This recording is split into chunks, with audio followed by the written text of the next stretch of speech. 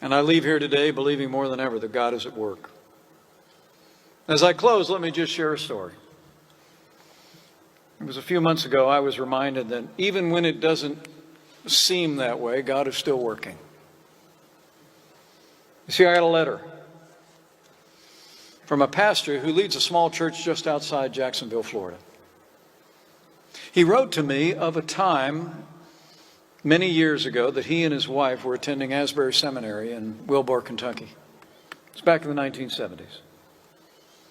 It was a place where they held in the spring of every year a Christian music festival, where they would have music and then they would have preachers who would present the gospel and invite young people from all across the region.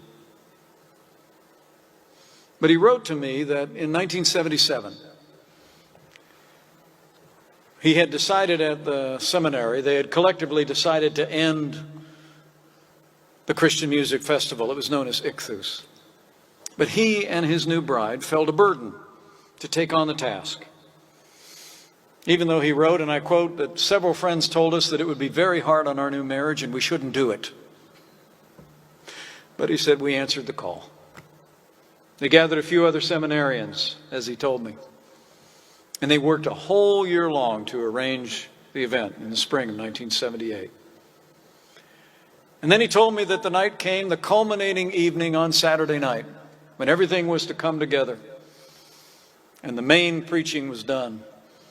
And he and his new bride were walking through the camp area, and it was raining. And they were deeply disappointed. They thought it had all been for naught. And then he wrote these words in a letter. I quote, "And that's because on that night, I didn't know that a future vice president of the United States of America would be giving his life to Jesus Christ." He continued, "I cannot write this without tears." And I still can't read it without tears. Because I remember that night, sitting on a hillside. It was raining. And it was like I heard the words for the first time.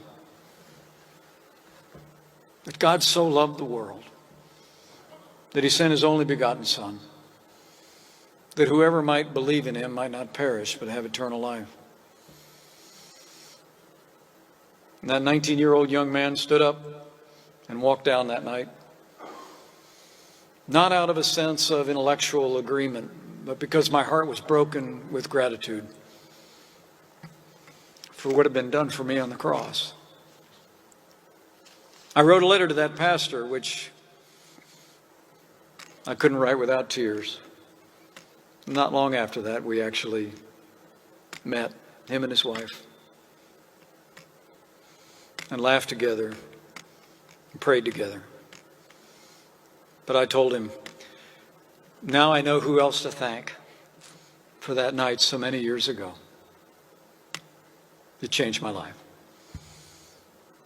You know, the lesson in that letter to me, though, was even when things don't seem like they're going the way we expect, they're going the way he expected. And the truth is, in the most challenging times in our nation, we can still claim a promise that we've had over the mantle of our home for now nearly 20 years. It traveled to the little house that we lived in while we served in the Congress. It traveled to the governor's residence in Indiana. Now it's over the mantle in the home of the vice presidency. It reads, "For I know the plans I have for you. Plans to prosper you and not to harm you. Plans to give you a hope and a future." I believe with all my heart that if we will hold fast to him,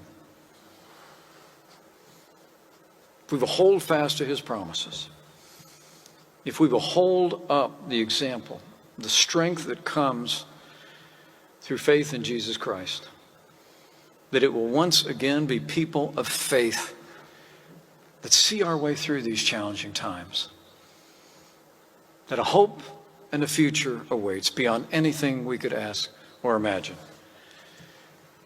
And the best days for Iowa and America, by God's grace, are yet to come. Thank you very much. Thank you for the honor of being with you today.